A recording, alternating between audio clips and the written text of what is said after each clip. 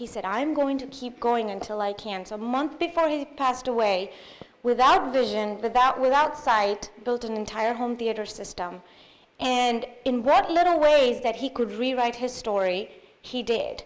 He started a support group for this rare form of leukemia, which I think even after his passing has helped thousands and thousands of people, just in his way of saying, I will do something different regardless of all the odds against me. So there's quite a few stories of people that didn't make it. Obviously, we hear more about the stories that people that made it. So I think that, so the point is not always making it. The point is rewrite your story to change the course of your life, to change the outcome, and to make a difference. I find it very sad on a day-to-day basis how we are hearing about both in the Eastern and Western worlds about young kids ending their life and committing suicide. Of course, there's a huge portion of mental illness that we cannot ignore, but today's lifestyle has made humans susceptible to high energy, high levels of pressure, and family-related stress, work-related, education-related, sexuality-related, love and relationship, and even social pressures. Every single one of us in this room has faced adversity in our lives or at a point in our lives where we felt we couldn't go on, but you didn't give up, and that's the difference. My plea to all these young individuals is please don't give up. Change the course of the ship. The pen is in your hands. You're the author of your own life story. Do not end the story early simply by closing the book. I would like to leave with a few pointers. Anyone can rewrite their story. Be an example of a rewriter so your future generations have that engraved in their DNA. You don't have to accept a situation the way it is. You can always find a different way. And the last thing I will say is color outside the lines. Thank you. So we can save the questions till the end if we give our panelists the chance to move on from here. Good morning, everyone. Thank you, Zakna. It was very, very insightful. What I'd like to start off with, that my story is coming from the foundation and the base of emotions and spirituality. I'm far gone from the practical side of life. And it goes back to my childhood, how I was growing up. I'm Mahima, and I've spent most of my life as a filmmaker, as a documentary filmmaker. And I don't really call myself a filmmaker anymore because I've not changed the course of my life, but I've expanded. So that expansion comes from the background I come from. And I was born and raised in Delhi, and I'm a Punjabi, and very traditional setup, eldest of 3 siblings. And I was born fat, ugly, short. And I have a very beautiful, fair, tall, younger brother. So obviously, it started out with comparison. My life started out with comparisons. And I set out to prove something to myself and to the world that I'm beyond the exterior. I'm far gone, I'm far ahead. So look at me not from what I'm outside, look at me for what I provide to you from inside me. So I excelled in everything. I did multiple things, I was never at home. From 6 in the morning to 11 at night, I was out. I was a table tennis player, I was a debater, I excelled in school, I was a dancer, and everything. But I just wanted to tell the world that I'm more inside than outside. So don't look at me outside, only outside. I'm sorry if I break down because that's what my life has been. And then I was abused sexually. And that happened when I was a young teenager and multiple times. And that kind of brought out the rebel in me, that I did not want to show my body to anybody or reveal my body, so I turned into a man. I had a wardrobe for 20 long years only of dirty dungarees and shirts. I had no wardrobe. And that was the way I want, because I was scared of touch. And automatically that led to what I was drawing attraction to. I was attracting a man in my life who was sexually far gone, far, far away.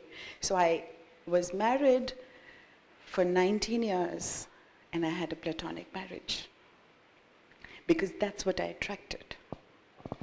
But I lived in it with complete loyalty, single-mindedness, lots of love, brought up a young boy by myself, walked out of marriage, started rewriting my story. And I continued making films because I was a sole provider. I continued making films, but I was a part of mainstream television in India, in Mumbai, and I knew somewhere I was not happy. I was not satiated. I was not stimulated enough. And I had to change that. And I really didn't know what was my calling. Where was life taking me? I had no idea. But something was not right. And I was looking for that something right to happen. And as they say that you ask and universe gives you, and automatically this film fell into my lap, which was a film on the Aghoris. I'm not sure if you know of them. They are a cult who believe in Shiva, and they are the left hand of God. So when you follow the right hand of God, it's like devotion and bhakti and prayers and everything, but it's a longer route to reach God. So they believe that, they are called the left-handed God, they believe that through hatred of your sense, hatred to reach a point of numbing your senses is to reach God. So they operate out of the ghats in Benares, and they eat the flesh of the dead. So I went there, and I got a film to do on them. I went there, and I sat at the ghats, and I told my crew that we're going to just observe throughout the night. It's a burning ghat, 24-hour burning ghat. So I said, we're going to sit there, and we are going to observe. The men in my crew couldn't handle it, and they went back to the hotel. I spent my whole night there at the ghat. And that was the turning point in my life. Because I realized that life was nothing than just a step away from death. And that just completely changed the course of my life from there on. I knew that from that day onwards, I'm actually in the hands of God. I am not going to take control of my life anymore. I am not going to have agendas any longer. I am not going to make decisions anymore. If I have been brought here, I will be taken further as well. And that was the key of the life I led after that, because I actually call myself a child of God, truly a child of God, because I don't know where the money came from. I don't know how I provided for my child. I don't know how I've lived for the next 10, 12 years. But the only thing that has really lasted me are two things. One is that I had this undying faith. Faith in myself and faith in who has created me. And I just lived with that faith from there on. And the second was the help which was coming to me at all points in time, including my dearest friends. My dearest friend, Sintha, she's been with me for a long, long time.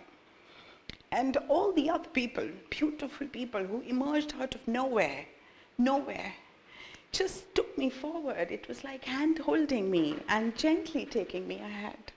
So the two things that really kept me going were this, faith and hand holding. And today, after so long, after so many years, I have come to a point where I'm actually just empty and nothing. I just embrace whatever comes in my life. I just do whatever I'm asked to do. I walk on the road which is opened up for me. I have no to-do list any longer. I do not make a list of what I have to do. I do not set any plans because nothing is in our hands. Nothing. And I'm actually no thing. I'm no thing today. And that's what that's where I am today. Now, my story will get rewritten from this day on a blank canvas. Who writes it? I don't know. But I do know that it will be written in the most beautiful way. So, where I'm today is that, as Maya Angelou, I think she's a poetess, American poetess, she said, and I'm very inspired by what she said, is that be a rainbow in someone's cloud. Because I've had so many rainbows in my life. I would now like to provide that, being a rainbow in someone else's cloud. Whoever comes and I'm able to reach out to, I'd like to provide that rainbow in my little capacity. So I right now wish to offer that open space to people, where people can come, share, love, bond, connect, give an outlet to their creative juices, download baggage, heal themselves, and I want to provide that space. And if that's how it is, I will open up that space at some point in future in a beautiful place called Goa, and just be able to reach out to as many people as possible. And what I've done is, of course I've made films, of course I'll continue making films, because but the whole take is very different now. I made films because it was a means to an end. But today I will make film if I have to say something really intensely to the world. Only then. If something needs to be told to the world, I shall make a film. And now it has expanded and it's kind of diversified a little, so I also offer whatever experiential knowledge I have of healing. I wish to offer that counseling to people, whoever comes to me, just to show that little window to hope, that little direction. If it can take people there, so be it. How people can really look at life or look at their problems or look at what situation they are in differently with a new perspective, I wish to open that, because I got so many beautiful perspectives which were given to me from another invisible force, invisible help. And I'm so grateful for that. I'm filled with gratitude with what life gave me. And I really wish to offer that to people, if at all. I am no trained healer. I have no certificate. I only have experience. And I only have my stories. And that's all I can offer to people. So that's all I have to say. And if anybody has any questions, please tell me. Thank you.